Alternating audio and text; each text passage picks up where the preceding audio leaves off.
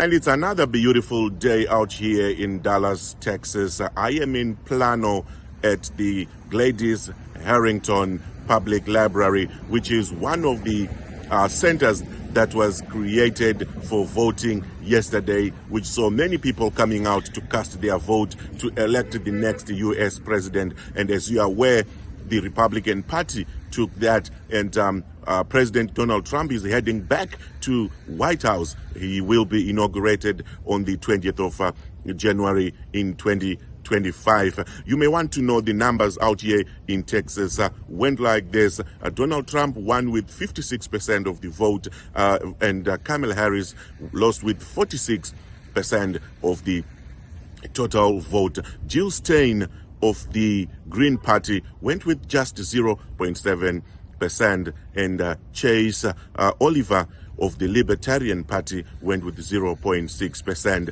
The presidency was not the only heavily contested seat for here in Texas, but the 40 electoral college votes that come with Texas makes it one of the parties, although it's not a swing state, it makes it one of the states which determines what happens in the lower house going forward. And the Senate went with Ted Cruz with 53% against Colin Allred, who went with 43%. And another third contestant, not so much known, Ted Brown, went with 2.4%. You may want to know that there were 18.6 million people registered to vote in this whole state of Texas, and of these, 50% of them had already cast their votes by the time yesterday came to go and do the physical vote. It was raining, the weather was not very good, but that did not deter people from coming out to exercise their democratic right. And as we speak now, I have been talking to analysts, I've been talking to Republicans, I've been talking to Democrats, and on how they feel about the election going forward, now that it's done and over, and they are looking forward to moving on. The key issues that were very critical here in Texas were, number one, immigration issues, and secondly, we had people talk about issues to do with the economy, bread and butter issues. And in the immigration side of the stories, you may want to know that just close by, Arizona yesterday was voting for the Proposition 314 bill, which has already been passed in Texas as law.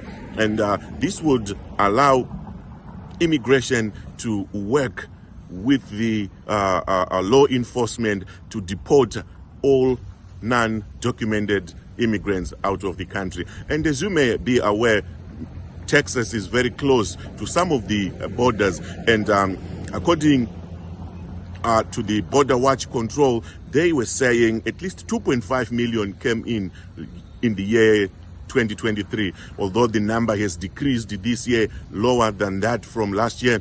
They're still saying this matter might end up in the courts or all the way up to the Supreme Court.